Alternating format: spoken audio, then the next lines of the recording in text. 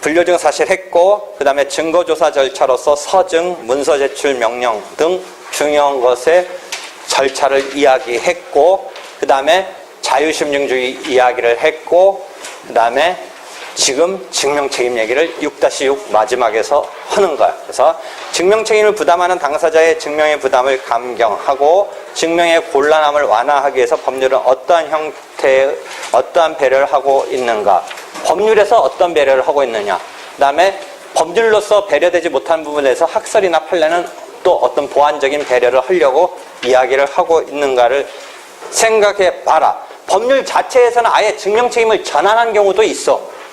자동차 손해배상 보장법에서 보면 원래 피해자가 가해자의 고의과실 등을 증명해서 손해배상 받아야 되는데, 자동차 사고가 났으면 오히려 그 자동차를 지배하는 사용자, 일종의 가해자 측에서 자기 책임 없음을 증명해서 벗어나야지, 일단 사고가 나면 책임을 지는 잘못을 한 것처럼 취급이 되고 거꾸로 그쪽에서 벗어나야 돼.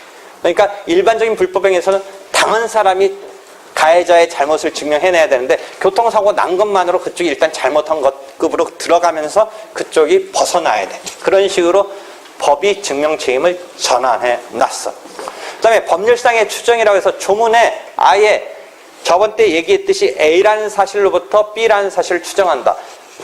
주요 사실 내지 요건 사실을 증명하기가 힘들면 간접 사실 등을 증명해서 주요 사실을 추인받는다. 자기심증주의 이런 틀 계속 이야기를 했지. 그런 상태에서 이 추정을 사실상 추정이라고 하는데, 사실 A라는 사실로부터 B라는 사실을 추정하는 게, 간접 사실로부터 이제 제일 요긴한 게 직접 지금 우리가 요건 사실을 추인하는 루트로 심증에 형성해서 간접 사실을 공격을 한다. 그러니까 간접 사실에 대해서 이 포인트를 준다. 주요 사실 입증이 그다지 쉽지 않았을 때 뭐 등등 얘기는 계속 누적적으로 얘기했는데, 그게 사실상 추정에 의해서 이제 인정받으면 되는 건데, 그 사실상 추정을 좀 더 정밀하게 그러한 개연성이 그러한 정형적인 사상 경과라는 말을 써. 정형적, 티피컬하게 이렇게 흘러가는 그 흐름이 정형적. 그랬을 때를 그걸 좀 더 그런 것을 갖다가 우리가 사실상 추정 중에 일응의 추정이라고 불러. 일응이란 말 잘 안 쓰는데 일응의 추정이라고 그래. 뭐 표현증명이라고 쓰기도 하고요. 일응을 일단 증명됐다, 뭐 일단의 증명이라고 쓰는데, 이것을 아예 법률이 그렇게 하도록 못 박아서 규정한 것을 법률상 추정이라고 그래. 법률상 추정. 그렇죠? 법률에 이렇게 추정점을 두고 있어요.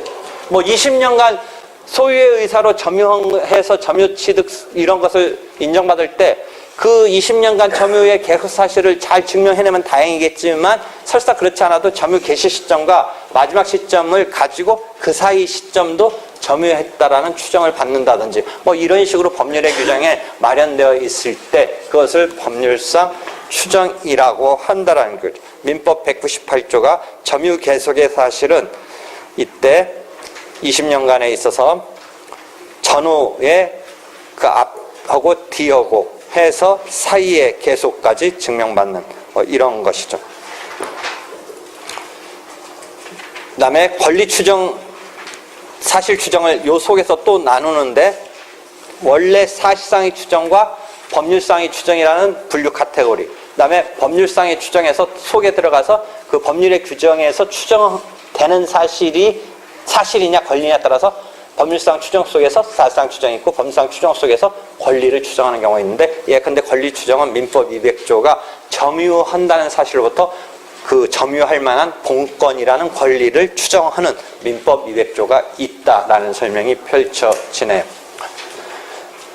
등기의 추정력이 여러분 이제 실무적인 데서는 많이 쓰이죠. 이전 등기가 왔을 때 그것이 법률상 추정이냐 아니다, 조금 논란이 있는데, 일반적으로 판례에 의해서 인정되는 법률상 추정이죠. 조문에 있는 건 아니고 판례에 의해서 인정되는 법률상 추정이죠. 등기의 추정력은 그런 것 등이 있고, 이런 법률의 규정에 따른 거 말고 학설이나 판례에 의해서 되는 게 이제 아까 말한 개연성 정도로 증명됐다고 보려는 것도 하나의 그런 카테고리고, 그 다음에 저번 때 간접 사실로부터 주요 사실을 일응의 추정 등에 의해서 증명할 때 그 간접 사실을 또 깰 수 있는 또 다른 간접 사실 갖고 간접 증명에 성공했다라고 할 때도 이런 간접 반증 이론이 한편에게도 간접 사실을 통해서 주요 사실을 인정함에 있어서의 그것을 증명 주제의 선택이라고 그래. 내가 직접적인 요건 사실을 증명을 해내면서 조금 역부족이니까 간접 사실을 증명 주제로 선택해서 그걸 집중적으로 증명해내서 주요 사실을 추인받으려는 이런 증명 주제의 선택이 있어서 그런 약간의 융통성을 부여한 그 당사자 측면에 대해서 또 반대 당사자는 그걸 그러면 반대 사실을 완벽하게 증명하지 않고 저번 때 얘기한 반증으로서 뭐야? 그 인정하려는 것을 깨트릴 정도로만 이렇게 흔들어 놓으면 된다. 뭐 간접 반증에 성공했다. 뭐 이런 틀을 하나 또 주고 있어. 그러니까 서로 간에 공평한 증명 책임의 완화를 주고 있다 등등 뭐 그런 설명 등이 쭉 나와요. 그래서 일응의 추정 내지는 표현 증명, 간접 반증 이론. 그러니까 간접 반증을 인정하는 거예요. 간접 사실로부터 주요 사실을 인정함에 있어서 이쪽이 간접 사실을 갖고 이 직접 사실로서 주요 사실, 요건 사실을 증명하려고 하는 추정을 이용할 때 이게 인정돼 버리면 이쪽 반대편은 이게 아니다라고 그것을 반대 사실의 증명이라고 그래요.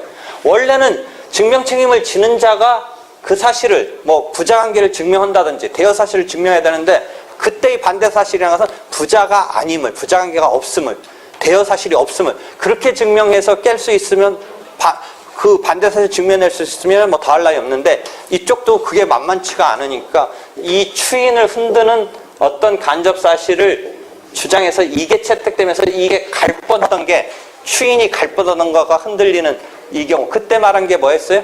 부정의 항변이라고 용어는 내가 안 썼지만 그 생모가 또 다른 남자와 성적 교섭이 있었다라는 것이 아들 관계에 이를 수 있는 걸 흔들어 놓으면서 간접 반증에 성공하려면 성공했다라고 한다라는 그 부분. 그게 간접 반증. 그러한 간접 사실. 그때 간접 사실은 이쪽이 간접 사실로 이렇게 추인하려는데 여기서 뭐에 하나 주장을 하는 거예요? 그 생모가 또 다른 제3의 남자와 성적 교섭이 있었다는 사실을 뒷받침하는 증거. 그게 간접 사실에 대한 이제 증명을 해서 그게 채택돼서 흔들어 놨다면 추인할 뻔한 걸 흔들어 놨다면 간접 반증에 성공했다라는 것이고 그게 이쪽한테도 증명 책임을 지는 자한테도 조금 융통성을 부여한 거인 반면 이쪽한테도 공평의 상 뭔가 이게 증명이 됐으면 이렇게 하지 않는 이상 벗어나지 못한다라고 하기에는 너무 이렇게 되면 이게 힘드니까 흔드는 개념을 하나 인정하고 있다라는 거죠.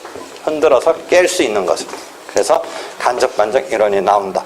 그 다음에 증거 수집, 사실상의 측면에서의 증거 개시적 처리의 도입. 아까 문서 제출 명령을 좀 더 널리 인정한다든지 아까 말한 증거 보존을 보존적인 기능으로 소극적으로만 보지 않고 널리 적극적으로 개시 기능을 활용한다든지 하는 게 뒷받침돼서 실제는 잘 인정은 안 되고 있지만 실무상 인정은 되지 않지만 학술상으로 그렇게 이야기를 하는 거예요. 우리가 그랬을 때 증명 책임을 지는 자의 그 현대형 소송이라고 부르는 또는 증거가 구조적으로 편제되어 있는 이러한 의료, 환경, 제조물 책임 소송에 있어서 증명 책임을 지는 자의 그 전통적인 일반 불법 행위에 비해서 이렇게 새로운 형태의 현대형 불법행위 소송에 있어서의 증명 책임의 그 부담을 완화시켜 주려는 증거에 있어서의 어떤 이론 등 중에 증거를 이 수집하고 하는 측면에서 개시적 처리의 이런 적극적인 모색, 적극적인 어떤 기능을 살펴보는 거. 그 다음에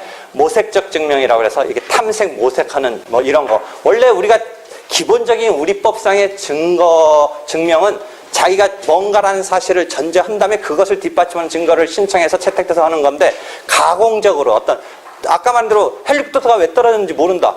막막하니까 자기가 조종사가 잘못했다는 전자에 조종사가 운항일지를 내라라고 한다면 자기가 주장하려는 사실을 말하면서 하는 건데 뭔지를 모르니까 그냥 막연히 뭐 좀 보고 싶다. 이런 걸 하면 모색적으로 할 수밖에 없다는 거죠. 자기가 뚜렷하게 뭔가 증명을 하는 것을 못 나타내는 거야, 구체적으로.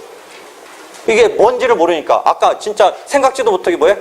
그 헬리콥터 기름에 물 들어갔을지는 상상도 못했는데 그거 우연히 뒤지다 보니까 그런 게 나오면 나오는 거지. 그걸 타깃으로 할 생각도 못한 거죠, 처음에는. 그렇잖아요. 근데 그러니까 그럴 때는 이런 모색적으로 한다든지 거꾸로 이제 더 반대쪽이 증명 책임을 지지 않는 쪽이 사안을 해명해줘야 될 의무까지를 지우는 식으로 막 이론을 개발하는 거예요. 이쪽 입장에서는 네가 이런 사고가 났으면 내가 그걸 잘못한 걸 일일이 밝히는 게 아니라 너가 그래도 좀 이렇게 그런 사안에 대해서 해명을 하면서 이리저리 하다. 그것을 좀 더 이렇게 이론적으로 해서 너도 좀 이 사고의 발생해서 네가 좀 더 쉽게 원인을 밝힐 수 있다든지 한다면 네 쪽에서 좀 해명을 해라. 이런 식으로 가는 거예요. 피해자인 나는 참 깝깝하다. 이 원인을 밝히기에. 그렇지만 너는 좀 알고 있지 않느냐. 그것 좀 밝혀라. 그다음 네가 떳떳하면 밝혀서 너도 벗어나라. 막 이런 식으로 하는 거예요. 근데 그쪽이 논리적으로는 분배에 따라서 딱 가만히만 있으면 이쪽이 증명 못 해내면 결국 피해 입은 자가 패소할 수밖에 없느냐에서 시작하는 거예요. 그렇죠. 근데 이제 사안 해명 의무는 이 반대 당사자 측에서의 그 원인의 접근이나 어떤 그것에 관련된 정보를 갖고 있다면 네가 좀 해명해라. 나는 못 해내겠다. 이런 것을 좀 이론적으로 하는데 이런 사안 해명 같은 거는 이론적으로는 주장돼도 실무상 하나 인정되지 않는 거다라는 등등이 그 책에 다 쓰여 있어요. 이렇게 해서 증명책임 분배까지 하면서 증거법 이야기를 끝냈어요. 여기는 사실은 이미 했던 거고 소송의 종료로 가야 되는데 이것 때문에 2주 정도가 소요돼서 다시 했네요. 다음에는 소송의 종료로 넘어갈 거예요. 질문 있으면 하세요. 수고했어.